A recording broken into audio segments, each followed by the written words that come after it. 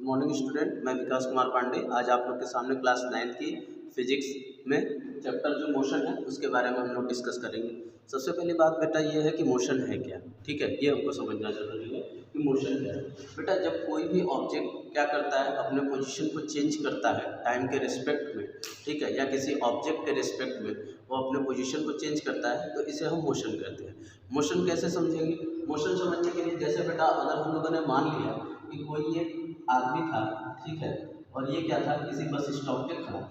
ये क्या था, किसी बस स्टॉप पे, ये जैसे बस स्टॉप है, ठीक है, तो इस बस स्टॉप पर ये खड़ा था और ये क्या देखता है कि कुछ दूर से इसका बस जो है वो चली आ रही है, ठीक है, ये जो बस है वो क्या है, ये चली आ रही है, ठीक है।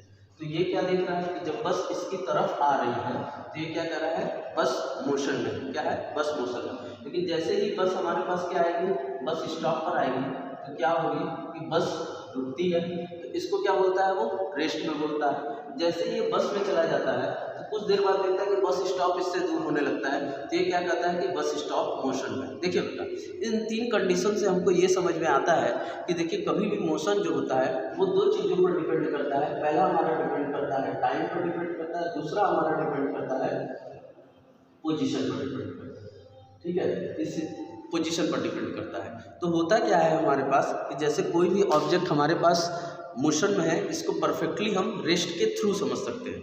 तो रेस्ट क्या है, फिर उसके बाद और मोशन हमारे पास क्लियर हो जाएगा।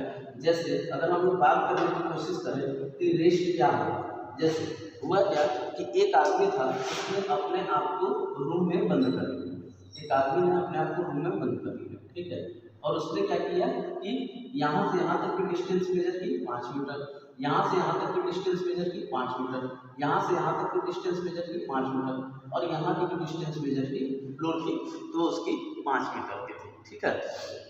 तो होता क्या है कि वो अपने साथ एक क्लॉक लेता है और उस क्लॉक को देखता है 6 ओ क्लॉक, ठीक है, 6 ओ क्लॉक को देखता है। तो 6 ओ क्लॉक को देखने पर देखता क्या है कि उसकी डिस्टेंस सब जगह 5 मीटर है।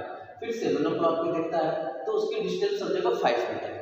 तो हम कह सकते हैं कि जब टाइम के रिस्पेक्ट में कोई पोजीशन ही चेंज नहीं हो रहा है तो ऑब्जेक्ट किस में है, रेस्ट में है, ठीक है। लेकिन 8 ओ क्लॉक पर क्या होता है कि इस आदमी को कोई काम याद आता है और वो यहाँ पर अलमीरा से अपनी बुक लेने चला जाता है। जब अलमीरा पर ये बुक लेने जाता है तो इसकी जो डिस्टेंस है इधर के साइड में वो क्या होती है, चेंज हो जाती है। यानी हम कह सकते हैं कि ऑब्जेक्ट मोशन में। देखिए बेटा मोशन क्या है कि मोशन कभी कोई चीज़ एब्सोल्यूट ना तो रेस्ट होती है ना तो कोई एब्सोल्यूट हमारे पास कोई चीज़ मोशन होता है। जैसे अभी क्या है कि मैं यहाँ पर बोर्ड के सामने आपके खड़ा हूँ तो क्या है, आपको लग रहा होगा कि मैं रेस्ट में हूँ, ठीक है, क्यों, क्योंकि मेरा जो बोर्ड से डिस्टेंस है वो क्या है, वो चेंज नहीं हो रही है, ठीक है। या आप लोग टेबल पे जो आपकी बुक रखी होगी वो आपको क्या लग रही है, रेस्ट पे लग रही है। लेकिन सपोज आप कहीं दूसरे प्लेनेट पे जाएं या मून पर जाएं तो मून से देखेंगे अर्थ रिवॉल्व कर रही है। तो जब अर्थ रिवॉल्व करती है तो होता क्या है कि आपको बुक भी रिवॉल्व करते दिखेगा, तो आप क्या बोलेंगे, मोशन पे है। क्यों, क्योंकि रिस्पेक्ट में, मून के रिस्पेक्ट में अर्थ रोटेशन में है, ठीक है। इस वजह से आपको क्या दिख रहा है कि बुक मोशन।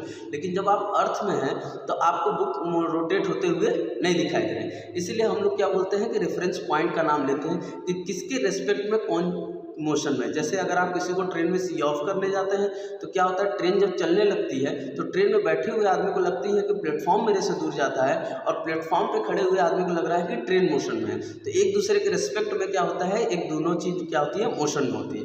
मैं बार बार बात कर रहा हूँ बेटा पोजिशन। पोजिशन है सिंपली, पोजिशन है, ठीक है।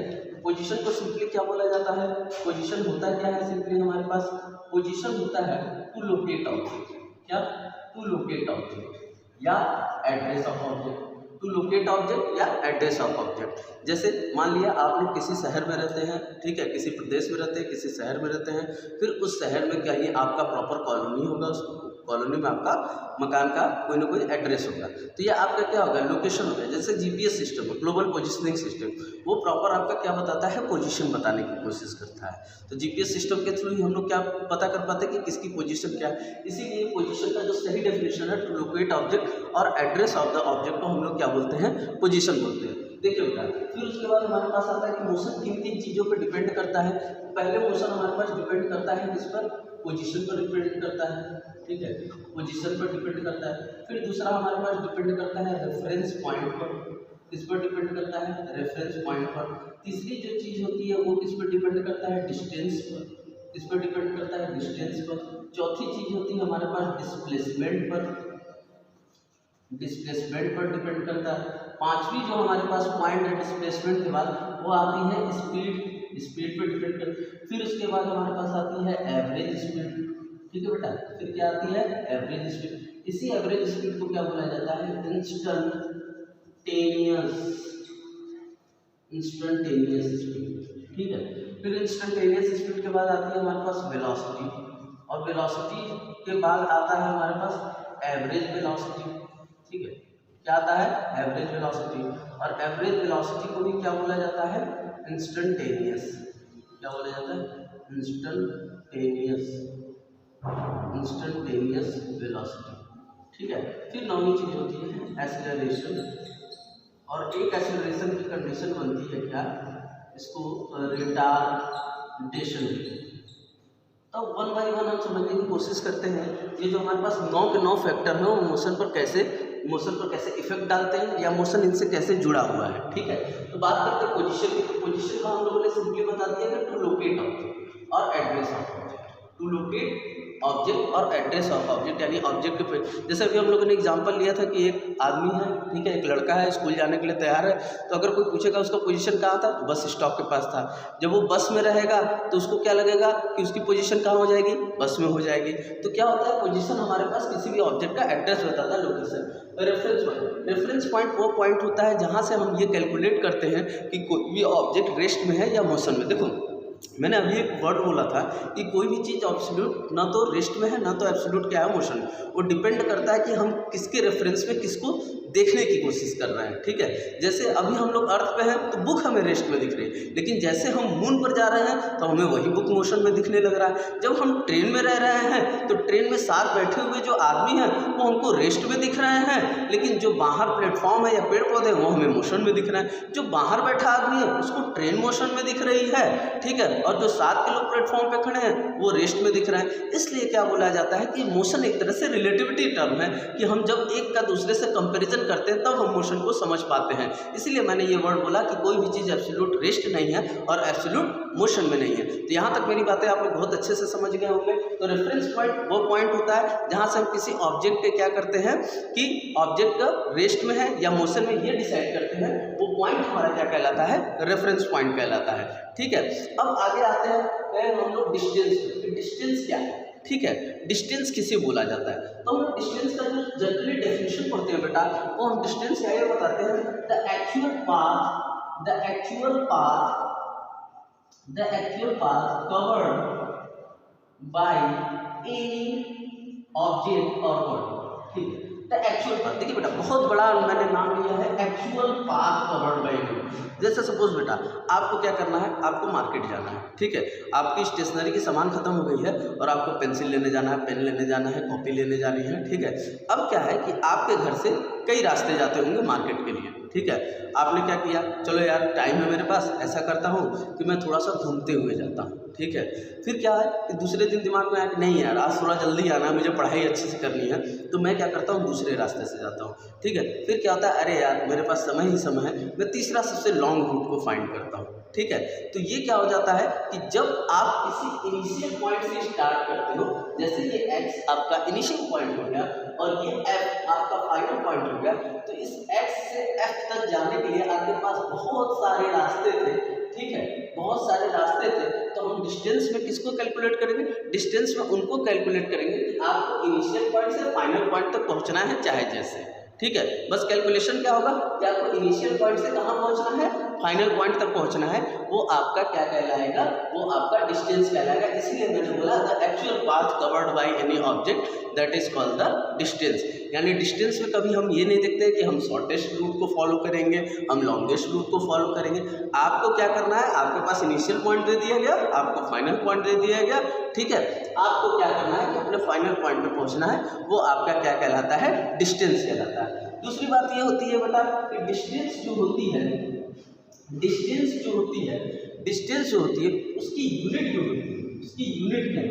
उसकी यूनिट होती है मीटर, उसकी यूनिट क्या होती है, मीटर। देखो डिस्टेंस में हम कवर क्या कर रहे हैं, लेंथ कवर कर रहे हैं। मैंने बोला था द एक्चुअल पाथ या एक्चुअल लेंथ, ये भी डेफिनेशन बन सकता है, एक अच्छा डेफिनेशन ये भी बन सकता है, the actual length covered by any object that is called the distance. ठीक है, जब हम लेंथ को, तो हम जानते हैं बेटा लेंथ की यूनिट क्या होती है, मीटर होती है। और हम कभी भी किस यूनिट को फॉलो करते हैं, हम लोग हरदम एमकेएस यूनिट को फॉलो करते हैं, ठीक है, या जिन्हें एसआई यूनिट भी कहा जाता है। ठीक है, इंटरनेशनल द स्टैंडर्ड यूनिट को हम लोग फॉलो करते हैं बेटा, एसआई यूनिट को हम लोग फॉलो करने की कोशिश करते हैं, जिसमें इसकी यूनिट क्या आती है, मीटर आती है। ठीक है, और उसके बाद क्या होता है कि इसमें क्या है बेटा, इसमें क्या है, हमारे पास कोई डायरेक्शन नहीं है। ठीक है, मतलब आपको x से लेकर के f तक पहुंचना है, तो ये कोई डिसाइडेड नहीं है कि आप 5 मीटर ईस्ट जाओ, फिर 5 मीटर नॉर्थ जाओ, फिर 5 मीटर साउथ जाओ, ऐसा कोई डिसाइडेशन नहीं। आपको जो पाथ सुटेबल लगता है आप फॉलो कर सकते हो, बशर्ते हमारी कंडीशन क्या होनी चाहिए कि आपको इनिशियल पॉइंट से फाइनल पॉइंट तक पहुंचना है, दैट्स इट। ये आपका क्या होना चाहिए, डिस्टेंस होना चाहिए। तो बेटा हम लोग ये जानते हैं कि हमारे पास कुछ क्वांटिटीज होती हैं, ठीक है, वो क्वांटिटीज क्या कहती हैं, वो क्वांटिटीज ये कहती है कि अगर किसी ऑब्जेक्ट में, क्या किसी ऑब्जेक्ट में डायरेक्शन ना हो, क्या ना हो, डायरेक्शन ना हो, कोई दिशा ना हो, ठीक है, ये हमको प्रॉपर पता ही ना हो कि किस दिशा से जाना है, बस हमको ये पता है कहाँ से कहाँ जाना है। ठीक है, ये चीज़ हमारी क्या कहलाती है, ये चीज़ हमारी कहलाती है कि वो क्वांटिटी स्केलर क्वांटिटी होती है। वो क्वांटिटी कौन सी क्वांटिटी होती है, स्केलर क्वांटिटी होती है। ठीक है, जैसे आपसे पूछ देगा डिस्टेंस कौन सी क्वांटिटी है, आप तुरंत बताओगे स्केलर क्वांटिटी। क्यों स्केलर क्वांटिटी है भैया, तो आप कहोगे भैया इसमें कोई डायरेक्शन वायरेक्शन नहीं है। ठीक है, हमको चाहे जैसे जाना है, हमको जाना है, स्कूल जाना है, बस मुझे स्कूल पहुंचना है, दैट्स इट। मैं चाहे जिस भी रास्ते को फॉलो करते हुए जाऊँ वो मेरा होना चाहिए। तो अच्छा, इसमें डायरेक्शन नहीं, तो इसमें है क्या, तो इसमें है बेटा मैग्नीट्यूड। क्या है बेटा, मैग्नीट्यूड। क्या है, मैग्नीट्यूड। अब आप सोचोगे सर ये मैग्नीट्यूड होता क्या है, मैग्नीट्यूड कौन सी जैसी चीज़ है। ठीक है, आज तक हम लोगों ने मैग्नीट्यूड का तो डेफिनेशन ही नहीं जाना, सब टीचर बोलते हैं मैग्नीट्यूड मैग्नीट्यूड। तो मैग्नीट्यूड है क्या, सिंपली मैग्नीट्यूड क्या होता है, मैंने जैसे कहा 5 मीटर चले, तो ये जो न्यूमेरिकल वाला दिख रहा है ना, इसकी जगह 5 रहे, 6 रहे, 7 रहे, 8 रहे, 9 रहे, 10 रहे, कुछ भी रहे, यही न्यूमेरिकल वैल्यू जो है, एनी न्यूमेरिकल वैल्यू, कौन सी value, any numerical value that is called the magnitude. क्या होगा, that is called the magnitude. तो आप कहोगे सर ठीक है, यानी जिसमें केवल मैग्नीट्यूड होगा वही स्केलर क्वांटिटी होगा। ना बेटा ना, केवल और केवल यही कह देना कि केवल और केवल किसी में मैग्नीट्यूड हो वही हमारे पास क्या हो, स्केलर क्वांटिटी हो, ऐसा नहीं है। स्केलर क्वांटिटी के लिए और कंडीशन है। स्केलर क्वांटिटी के लिए क्या कंडीशन है, स्केलर क्वांटिटी के लिए ये कंडीशन, ये सिंपल मैथमेटिक्स या सिंपल अलजेब्रा को फॉलो।